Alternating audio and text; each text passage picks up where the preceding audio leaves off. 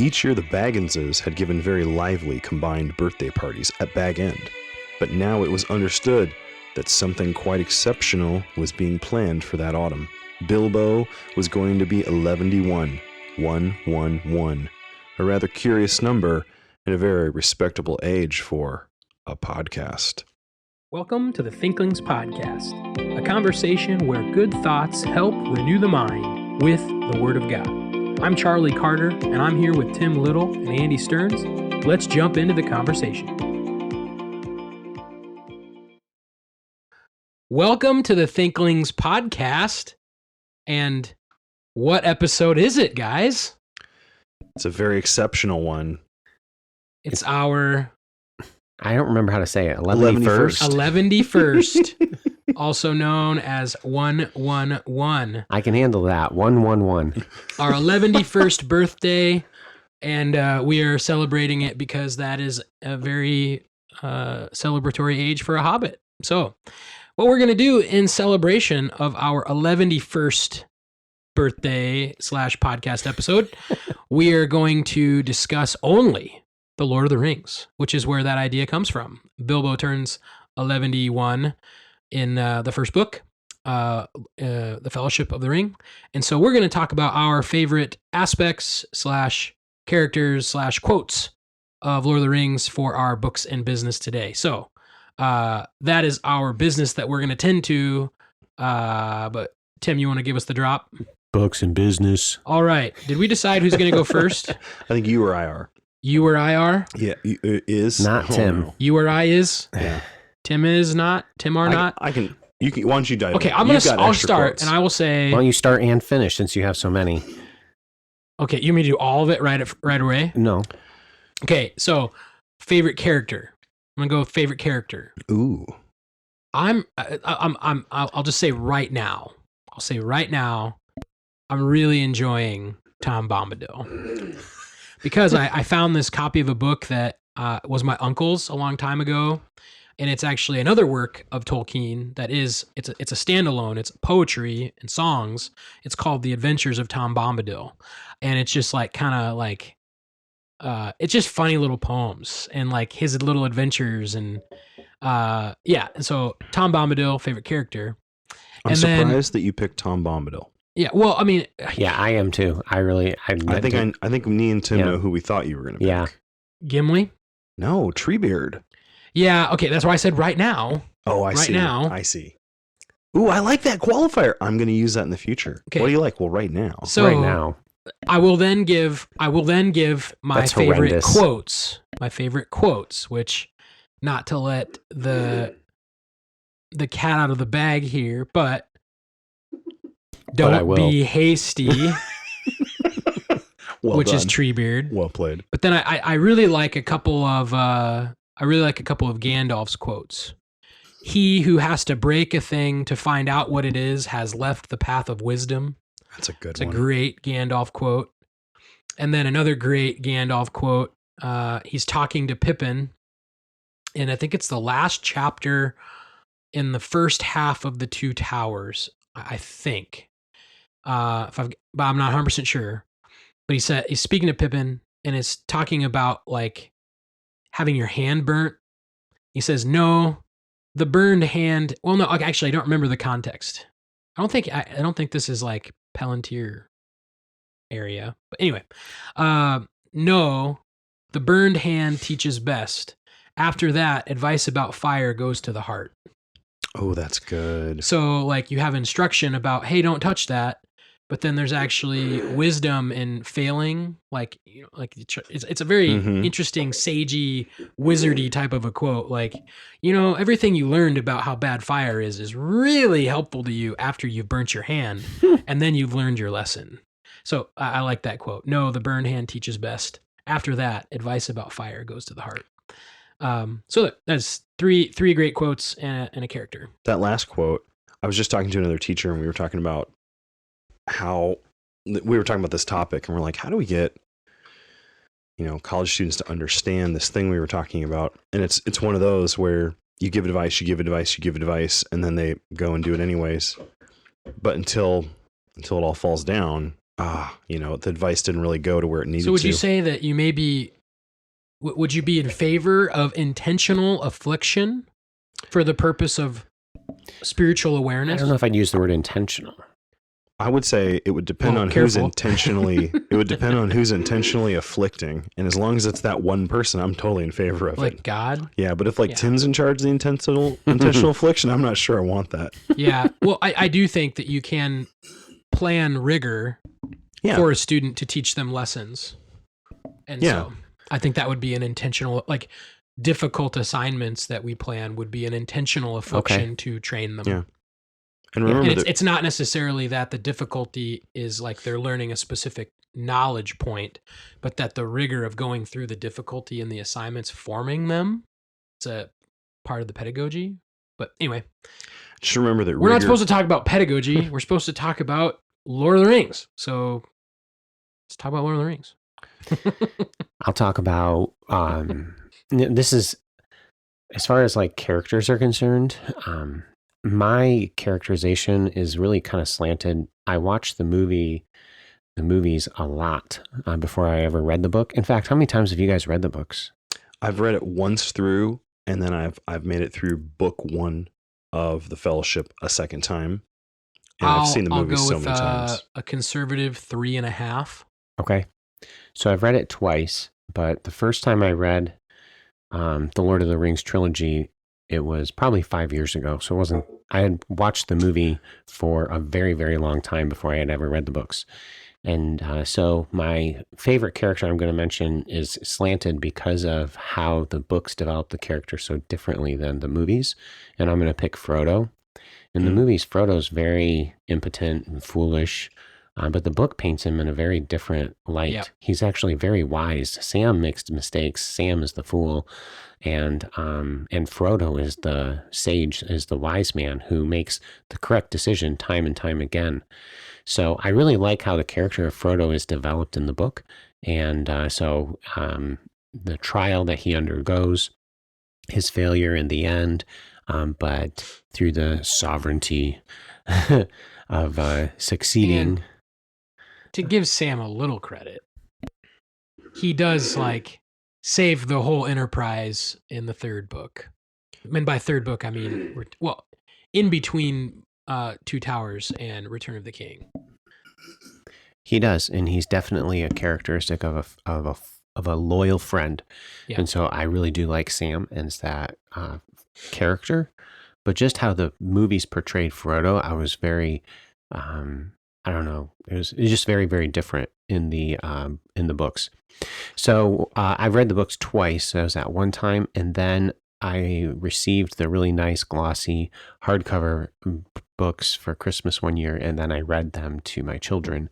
So I've read through the series twice. Just to add another note, there's one very prominent character and then another not very prominent but popular character that are the movies I think kind of whiff. And the less prominent of the two, Faramir, they completely whiff that. They did. Because Faramir. he is portrayed in the book as a very virtuous, strong character. And then the movie, he does not act at all the way he does in the books with what he does with Frodo and Sam. They make him rather effeminate. Yes. And then the other one is Aragorn, which is a much more prominent character because I feel like he's portrayed in the movies as such a reluctant king. I don't really want this, but I'm going to do it anyway type of a vibe. And I couldn't really point to one specific thing that proves that, but he is not that way in the books. He knows what he's going to do. And so I think, just why you should read the books first anyway. So for my two characters, Sam and Faramir actually are who I was going to bring up. So Sam, because I when I read through it the one time I've read through it, we know that when Frodo gets taken by Shelob and then Sam's going to follow, in the book, when Sam's narrating his thoughts, that was where I remember thinking, Tolkien's doing something more than just telling a story at this moment. He's trying, there's something else going on, or I should say that the way he's writing is affecting internally what's going on. And I do think that loyalty was what jumped out at me about Sam. So I like the loyalty aspect. And then Faramir was the guy who totally surprised me because, like, for you, the movies, he's kind of this dopey guy or whatever. But in the book, I remember being surprised multiple times. So I really like that. And I think there's a lot of characters. It's hard to pick a favorite, I suppose.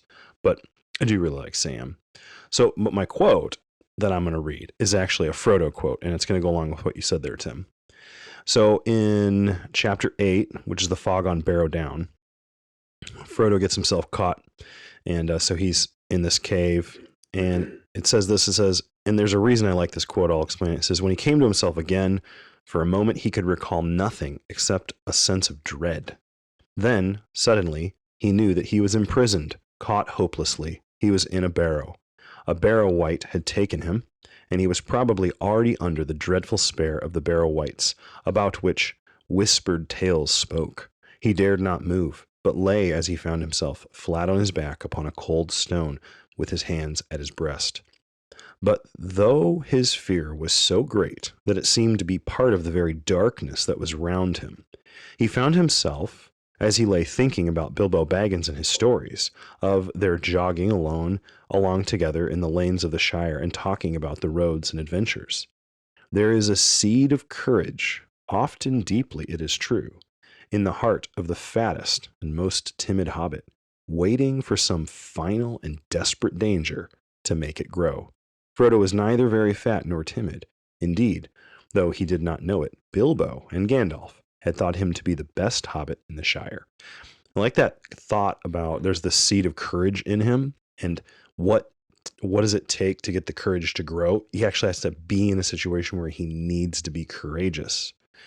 And what I like about this is where Tolkien reminds me of Lewis, because I think there's like a perception about the way life is that's true here. Like there's times where you don't know what's in you, and you had to take care of something, like you had to work this many hours, you had to do this thing, and the Lord gives grace in those moments. And anyways, I just thought it was a good bit of writing, and just really like it. So because, we can do whatever we want on the podcast. It's a birthday party. We can do whatever we want. So two other things. I'll just say that things that, well, maybe not two. Things that I wish the books or the movies would have done to capture the books. I actually think one of the more masterful ways that it's written is how the action unfolds. So at the end of, I think it's Two Towers, the scene that closes is, Frodo is paralyzed and taken by the orcs, and Sam thought he was dead and he wasn't, and now he's like, how do I get him back? And right at the end, it's like the orcs have gone through and closed the door, and Sam doesn't know how to save Frodo, and he's like trying to figure this out. And there's like this like frantic, like, what are we gonna do? And then you think about that, the next book doesn't come out for a year. The beginning of the Return of the King. And, you've waited a year to figure out what's going to happen. And you're like, man, we just left and it was Sam and Frodo is like, is he going to live? What's Sam going to do? And you don't see Sam or Frodo at the beginning of the Return of the King. You have to wait a substantial amount of time in the story to get anything about them. And I just think that that's so masterful of storytelling, which, however, when you make the movie, you can't like cut up action that way because no one would enjoy it. Like there's an appeal to the entertainment value, and that's why they completely restructure how those scenes unfold in the movies.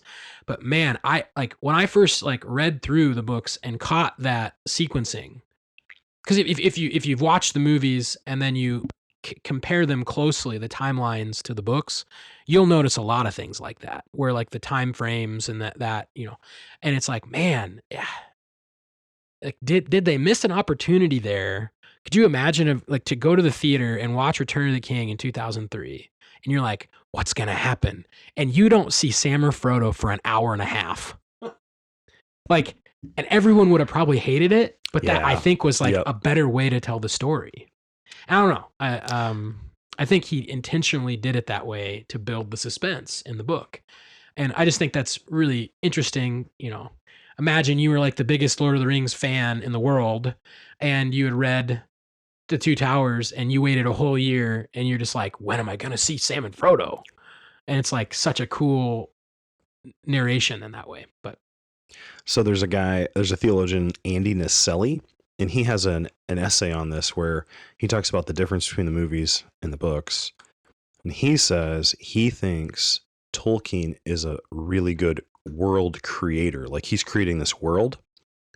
But what he liked about Jackson is he thought Jackson told the story. I don't know if he said better. I want to be careful. Like, he thought he did a better job at telling the story. But also, I think what's at the center of this, Neil Postman would definitely recognize, is the medium. mm-hmm. It's like you got this Yep. chunk of time in a theater and you've got to do all this. Because like in the books, Frodo's like a young boy and like 20 years go by before he even leaves. And so it is interesting. But yeah, the whole unfolding of it, that would be, I don't know. And you be just pretty rough. think about the expectation too of an author. Like, I don't know if you guys get frustrated with really long movies, but if you were to ask Tolkien, how long do you think it's going to take someone to read this? What would be a reasonable expectation of one of the three? Like 6 to 10 hours? Like, I mean, I'm thinking like someone younger, like an average reading, like they're not going to blaze through Lord of the Rings in an hour and a half or 2 hours. Could you, if we put one of us in a room and gave us the book, Return of the King, and then you put another one of us in another room with the extended edition DVD, which one of us would finish first? DVD. Like, no question. And almost like the pacing was a part of the storytelling. Like, I mean, you get to, in Fellowship, the Council of Elrond. When you finish that chapter, you're not reading anymore. You got to stop. Like, the Council of Elrond is a drudge in the book. Like, A picture is worth 1,000 words. No, that's wrong. I disagree. I know, we've talked about it, but I still had to say it. I do. Thank Okay, you. I do really like the. Actually, I can't recollect if this is in the book or not, but I know it's in the movie. But when they leave from Rivendell, and Frodo, like under his breath in the movie, Gandalf, which way is Mordor? He's like, left. It's like I can't remember if it's left or right, but I chuckled. That was when very crafty. I Yeah. thought that was a good line. Anyway, Tim, why don't you give us a quick preview of what's in this episode, if you remember what's in this episode, and then we'll segue that way. So I've been working through this idea of light and revelation. How do you know what to do when you just don't know what to do? So we've talked about Abraham. We started in Genesis 12, and then we went to Psalm 1, Isaiah 2 and 8, Isaiah 50, and now we're coming back to Genesis 12. We're going to look at Abraham, the man of faith. He has faith in the beginning of the chapter, but does he have faith at the end of the chapter? Let's have a conversation about faith. This is the conclusion to a series of episodes. I began in Genesis chapter 12. We talked about Abram, and Abram was called on the Lord to go.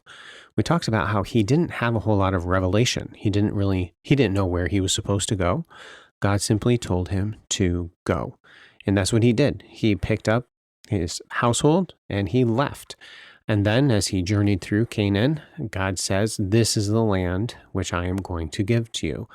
So not many people really have that faith of Abraham when God says, "Do this," where they just say, "Okay," and then they go. Often is what we want additional revelation. We want additional light. So from the discussion on Abram in Genesis 12, verses 1 through 9, we then talked about how the Word of God is our source of revelation. Now, Abram was a little different. God divinely revealed to him, this is what you need to do. The modern day Christian receives that guidance and revelation from the Word of God. And so in Psalm chapter 1, even, it states that the law of the Lord is my meditation. As we meditate upon the Word of the Lord, it's like a tree that is gulping up the rivers of water. And this metaphor illustrates how a man is blessed, a person is blessed in that they have a foundation, they have rooting, and they produce foliage, which provides shadow, which provides protection, and they provide fruit, which would be sustenance, not only to themselves, but to others. So this continuing that idea that the revelation of God is the source of knowledge, and the person who obeys the word of the Lord is the blessed individual, was the theme of that second episode. Then we went to, by the way, that was episode 99. Then we went to Isaiah 2 and 8 in episode 103, where we talked about how Israel was not satisfied with the revelation that God had given to them. They wanted additional light. And this is when we built upon this idea of the metaphor of the light. Israel wanted more light than the light that God would give them. So if you think through Abram, he didn't have a lot of revelation. God simply said, go. He didn't say where or anything, but Abram obeyed. Israel is not satisfied with the little bit of revelation God has given, and they do not want to wait on the Lord. So that terminology is used in Isaiah chapter 8, where Isaiah and his prophets are commended to wait on the Lord, to trust him, even though they don't really know what is going on. From there, from Isaiah 2 to 8, then we went to Isaiah chapter 50, and we looked at light and the revelation of God in the life of the servant. And so the servant does have light. God tells him, this is what you need to do. But what God is calling him to do is not something desirable. And when God calls us to do something that we don't want to do, our temptation is to create some other light that's consistent with what we really want to do. And so we developed this theme in Isaiah chapter 50, which, by the way, that was episode 106, where the servant, he does not create some different light. He simply does what God says to do and trusts in the Lord to help him through the trial. The exhortation at the end of Isaiah 50 is to follow the example of the servant and to walk in darkness and to trust the Lord to help you. In verse 11 of Isaiah 50, it then condemns the people who create their own light, who don't walk in darkness, because remember, darkness is walking in the light of the Lord. You're trusting God. Instead, they make their own light. And so then they walk by their own path, and they're condemned in that text. Okay, so that's a summary of like the last 5 episodes, which I've been working through. Now we're going to actually come back to Abram in Genesis chapter 12. So remember, in verses 1 through 9, he had faith and he went. Now, in verses 10 through 20, we have a different scene, and that's the content for today's episode. I'm going to just read through the text. Now there was a famine in the land, and Abram went down to Egypt to dwell there, for the famine was severe in the land. And it came to pass, when he was close to entering Egypt, that he said to Sarai his wife, Indeed, I know that you are a woman of beautiful countenance. Therefore it will happen, when the Egyptians see you, that they will say, This is his wife. And they will kill me, but they will let you live. Please say you are my sister, that it may be well with me for your sake, and that I may live because of you. So it was, when Abram came into Egypt, that the Egyptians saw the woman, that she was very beautiful. The princes of Pharaoh also saw her and commended her to Pharaoh, and the woman was taken to Pharaoh's house. He treated Abram well for her sake. He had sheep, oxen, male donkeys, male and female servants, female donkeys, and camels. But the Lord plagued Pharaoh and his house with great plagues because of Sarai, Abram's wife. And Pharaoh called Abram and said, What is this you have done to me? Why did you not tell me that she was your wife? Why did you say, She is my sister? I might have taken her as my wife. Now therefore, here is your wife. Take her and go away. So Pharaoh commanded his men concerning him, and they sent him away with his wife and all that he had. Okay, so in the first section, Abraham's the man of faith. God says, go, and he goes. Now here in this scene, we have a different scenario. Okay, so I'm going to kind of interact with you guys a little bit on this. As we take a look at Genesis 12, verses 10 through 20, and just kind of ask you some questions. The setting of Genesis 12, 10 through 20. What is the setting? What do you mean by setting? Good question. He's in Egypt, okay? And That's when what you does he mean by arrive? setting? That's kind of what I mean by setting. The setting is Egypt. But the setting is what verse do they get to in Egypt? Yeah, you might want to just have Genesis 12 up as we work through this. What verse? Yeah, do when they does he get to actually get to Egypt? Egypt? Verse 14. Okay, so then they arrive there. What's happening in the first 3 verses? A conversation. They have a conversation, and what's the conversation about? Not being his wife. Not being his wife, all right? So I think this was actually a ruse that Abram played a lot of times. I don't think this was just like a one-time thing. We see it later on in the Abrahamic stories where he did the same thing to Abimelech. I think he said this all the time because wherever he's going, I shouldn't say that all the time. I wouldn't be surprised if this was a regular narrative that the two of them had. We know for sure it happened multiple times. At least 2. Yeah. And then his son did the same thing too. Apples don't fall far. So what Abram says here, is it true? Well, I mean, kind of. Like technically. Did he say a lie? So I think this is what we do a lot of times.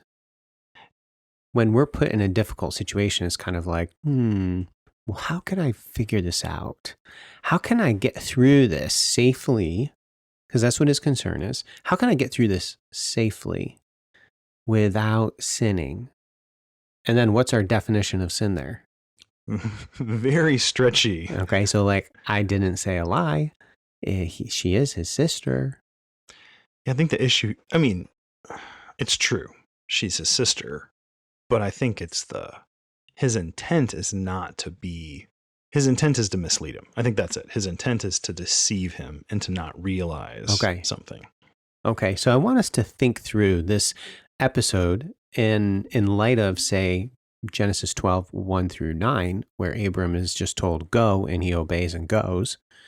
And also this idea of light and knowing how to live one's life, particularly in light of Isaiah 50 with the servant, whom God says, this is the path I want you to walk on, and I want you to have faith and believe and trust me.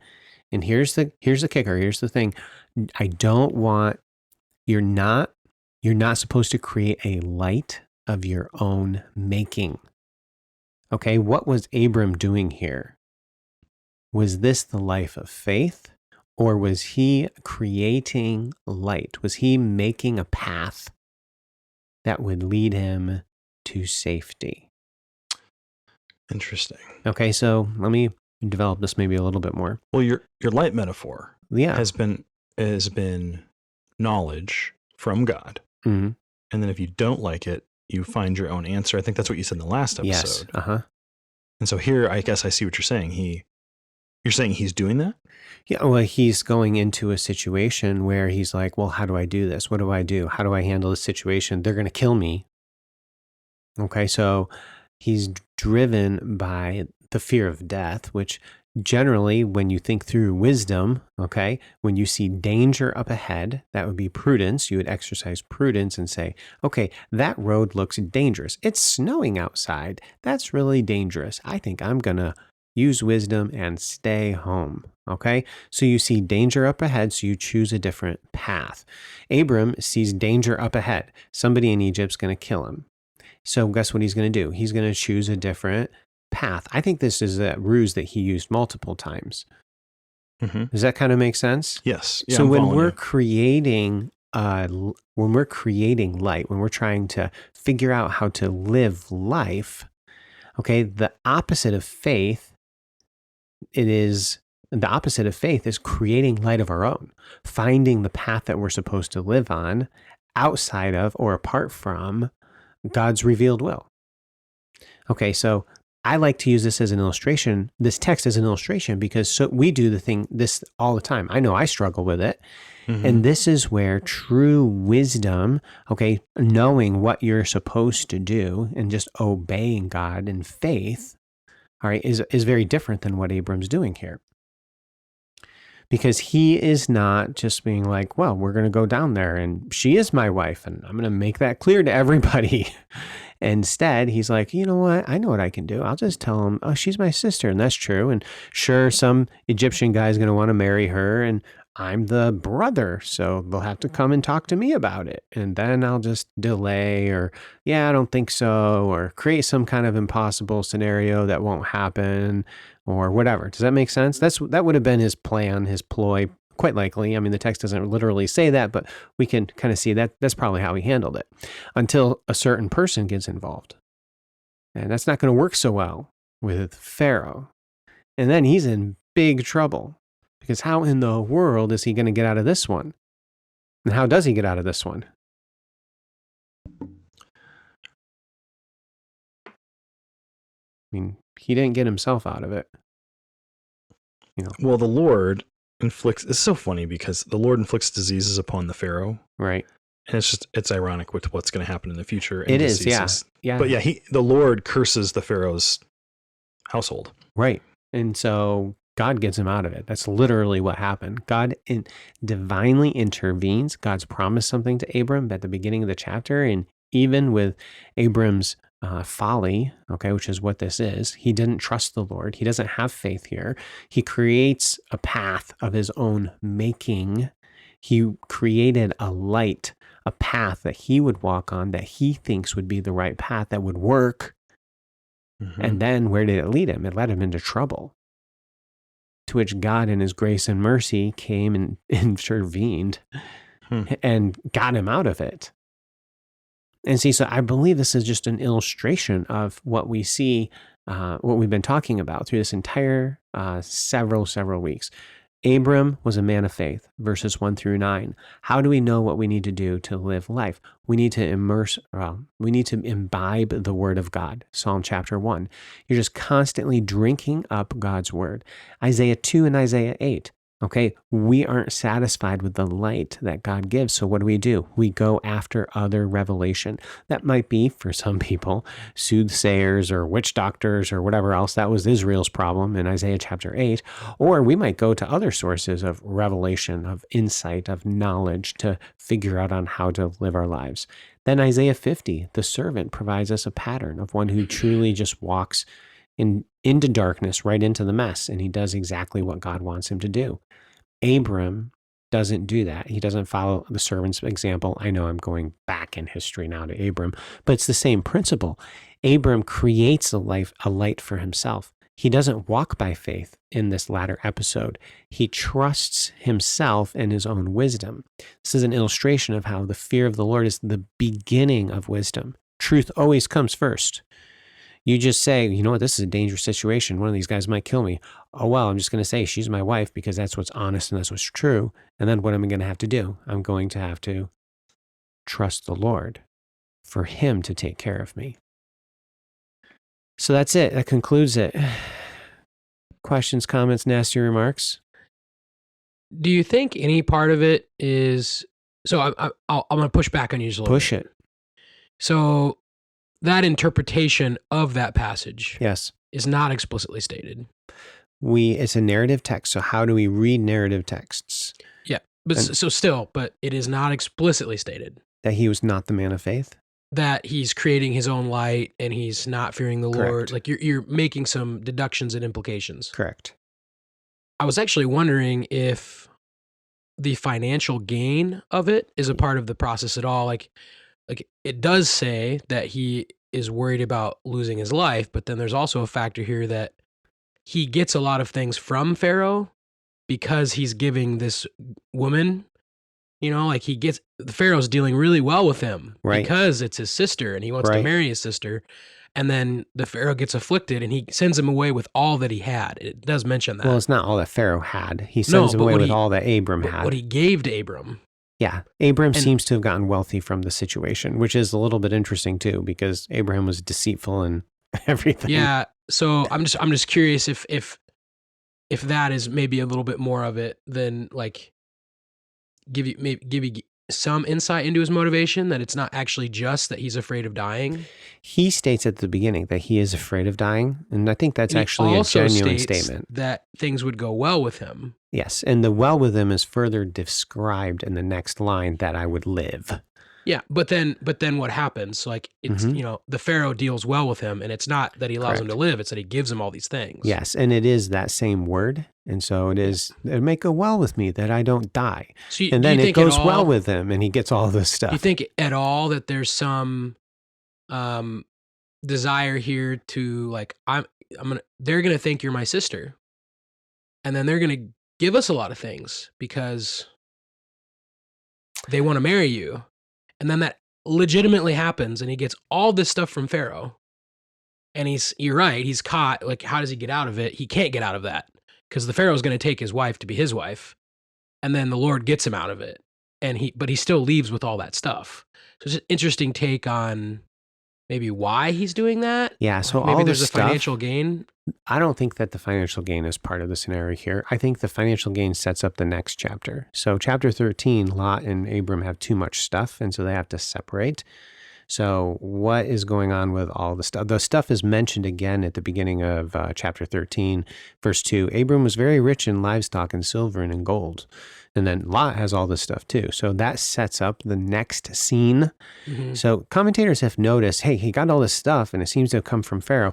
Now that stuff creates a problem, another problem in his life with Lot in the next scene. However, I mean, with this whole thing, there's a correlation, but what is the connection between all of those things? And scholars aren't even really sure. It's almost like just a sovereign God providentially works through the workings of sinful man, makes Abram wealthy, which then requires Abram and Lot to separate, which is what needed to happen. Sure. Okay, so that's a theme that's developed then in the next chapter. So you have the sovereign hand of God working through all of these little details, but I don't think that's the message of chapter 12. I think the chapter 12 message is, you didn't trust me. You created a path that you thought would be good and right. You lived not in the fear of God, you lived in the fear of man. And guess what that got you? It got you into trouble. So that's why I think the biblical theological lesson that we're supposed to take from it is, you need to walk by faith. And not even in just, I mean, he didn't lie. That's where I like to go to. I am very good at, I used to be really, really good. I think I've grown in this, but you could ask my parents.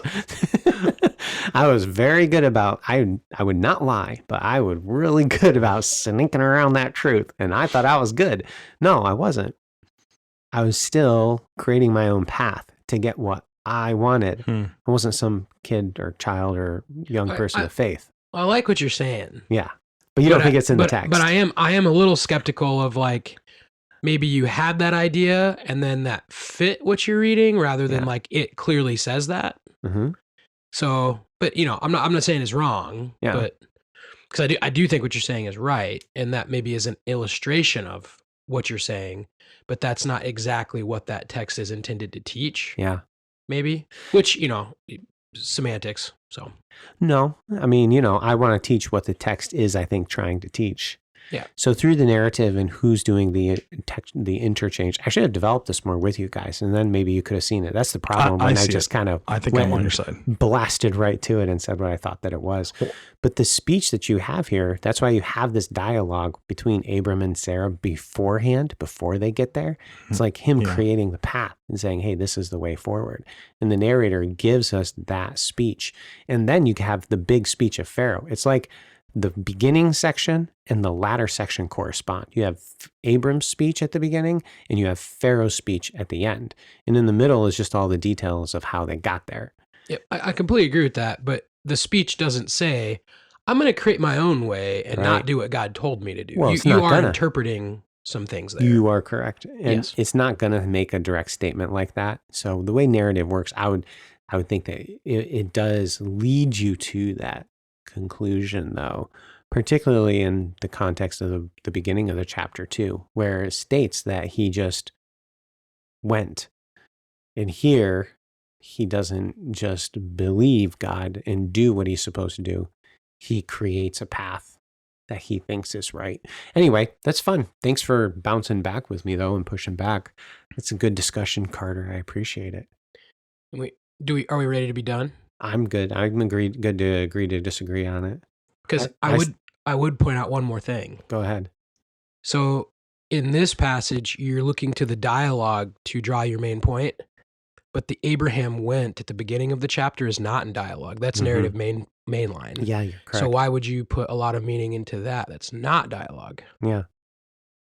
Yeah, I mean, dialogue is not always, it's not and like just so the listener knows, it's not everything I'm saying about Hebrew narrative, I learned from Tim.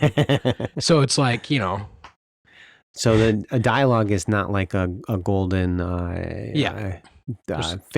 clue that's going to answer all of your questions all the time. You do have to take all the things into account. There are other details, right? And in the latter section, I do believe that the dialogue is pointing to the main point of the text and kind of guides you in that path. And we're just simply doing what, Bible study teacher, Andy?